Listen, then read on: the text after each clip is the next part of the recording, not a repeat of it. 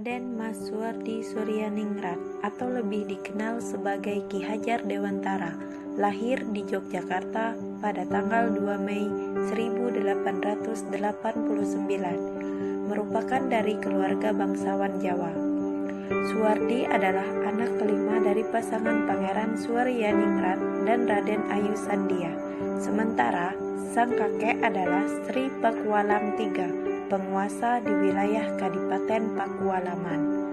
Sebagai anak dari keluarga Ningrat, Suwardi kecil memulai pendidikan dasarnya di ELS, yaitu Sekolah Dasar Milik Belanda. Setelah tamat pada tahun 1904, kemudian ia memasuki sekolah guru Guild School, tapi hanya bertahan 1 tahun. Kemudian pindah ke Sekolah Stovia atau Sekolah Dokter Bumiputra di Jakarta. Namun, karena sakit, dia tidak sempat menyelesaikan pendidikannya di Stovia. Setelah meninggalkan pendidikannya di Stovia, Suwardi bekerja di pabrik gula Kalibagor Banyumas sebagai analisis laboratorium. Setahun kemudian, ia pindah menjadi pembantu apoteker di Yogyakarta sambil menulis artikel yang diterbitkan di surat kabar berbahasa Belanda, yaitu Midden Java pada tahun 1911. Kemudian pada tahun 1912, Suwardi diminta Dwesdecker bekerja di surat kabar The Express di Bandung. Selain itu, dia menjadi anggota redaksi di beberapa harian, yaitu Kaum Muda di Bandung di bawah pimpinan Wiknya di Sastra, kemudian Utusan Hindia di bawah Umar Said, Cokroaminoto di Surabaya, dan Cahaya Timur di Malang di bawah pimpinan R. Joyo Sudiro. Selain menulis, Suwardi juga aktif berorganisasi. Sejak tahun 1908, dia telah bergabung dengan Budi Otomo. Dengan organisasi Budi Otomo itu bersama Dwesdecker dan Dr. Cipto Mangunkusumo yang kemudian dikenal sebagai Tiga Serangkai, dan lalu masuk dalam Sarekat Islam pada tahun 1912. Pergaulan dengan para intelektual nasionalis kemudian memunculkan gagasan membentuk partai untuk menghimpun kekuatan semua orang. Maka bersama Dwesdecker dan Cipto Mangunkusumo, ia berkeliling Pulau Jawa mengajak orang mendukung partai yang diberi nama Indies Party atau Partai Hindia. Partai tersebut merupakan partai politik pertama di Hindia Belanda yang dibentuk pada tanggal 25 Desember tahun 1912 dan berkantor di Bandung, Jawa Barat dengan semboyan Indi Los Van Holland, India untuk bangsa Hindia.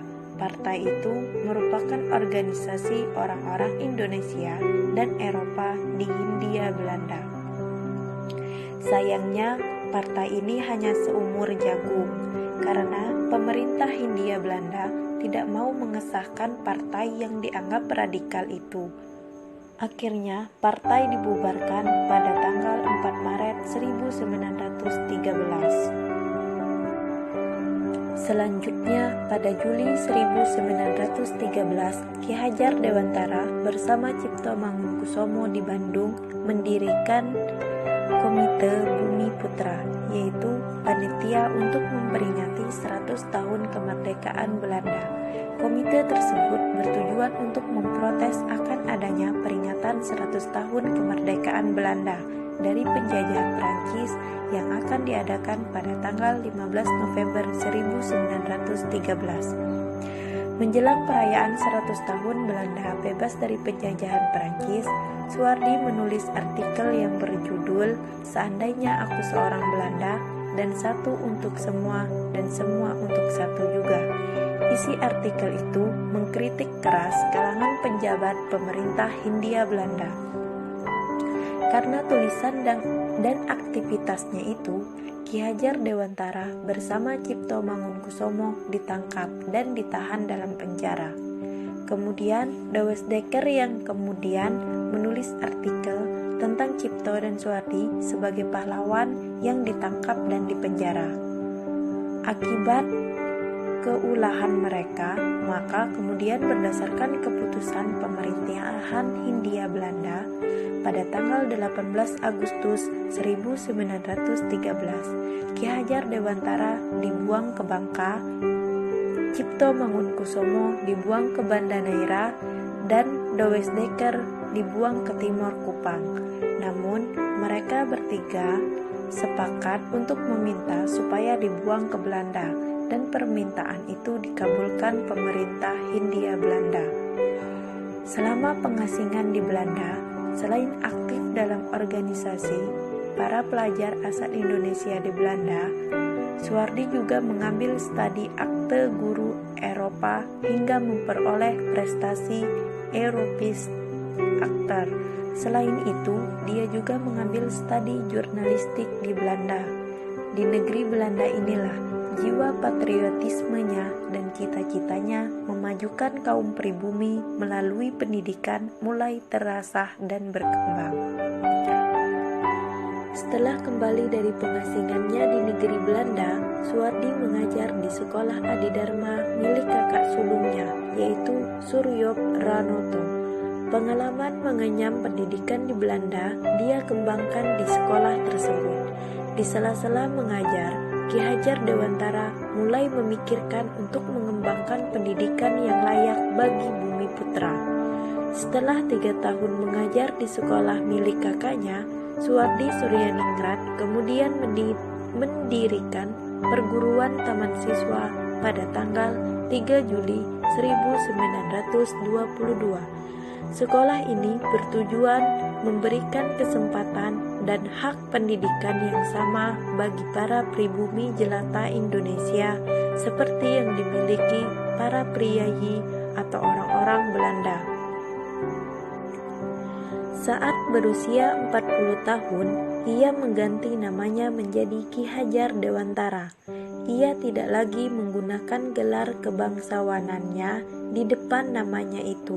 Hal ini dimaksudkan supaya ia dapat bebas dekat dengan rakyat baik secara fisik maupun jiwanya.